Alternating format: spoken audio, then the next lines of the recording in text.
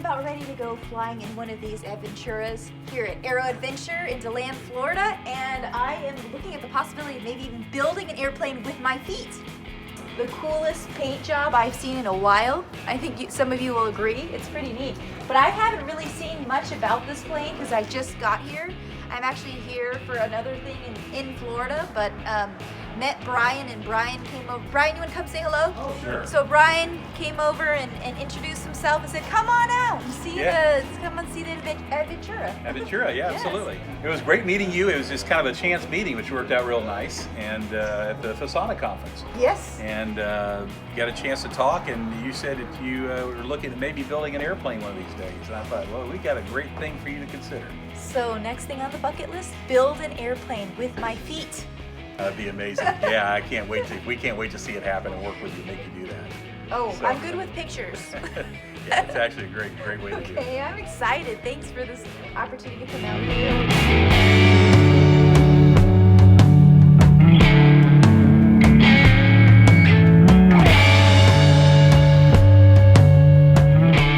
This is an experimental light sport amphibious airplane, which basically means it can land on a runway or the water.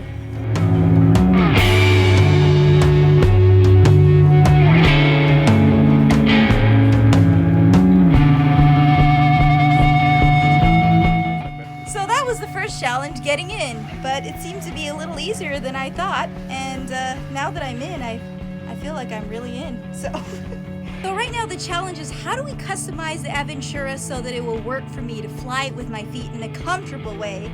Right now I fly an airplane, an air coupe, with my feet, but as you know, it's crisscross with my feet elevated. So on occasion my feet fall asleep, and just like my last flight on Tuesday, I got a Charlie horse in my right calf. So we gotta make this a lot more comfortable for enjoyable flight, and I'm excited to talk here with Alex about potential customizations of how to make this plane work for a foot flyer.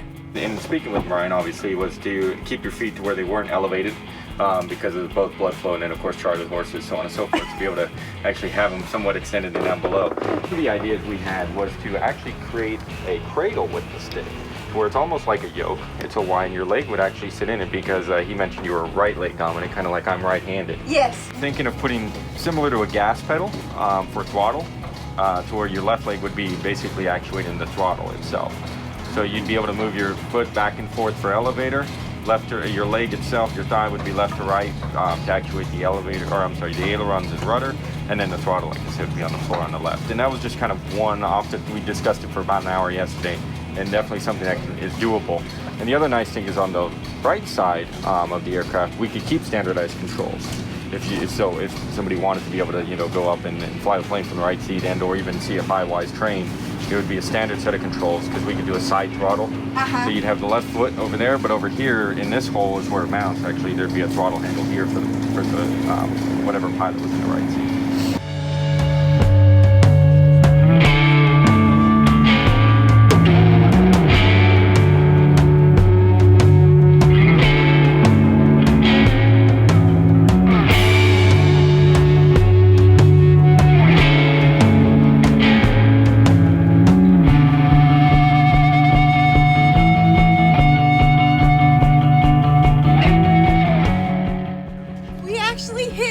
With the airplane on the water. See that in the last minute? That was so cool. It was like an Indiana Jones kind of flight. Right? This is what it felt like.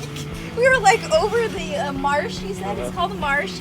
And then we were landing on multiple little, are they considered lakes? Or Yeah, they're like a little river. little rivers, and then hitting that gator was so cool. But that was the most beautiful water landing I've witnessed. And so I really have to hand it to Alex, or put it to Alex, that he does good on those water landings. That was beautiful. Just as a disclaimer, no gators were hurt during this filming of the vlog. In fact, Alex said it probably went back into the water as we came up. So just so everyone knows, we didn't harm any of the alligators.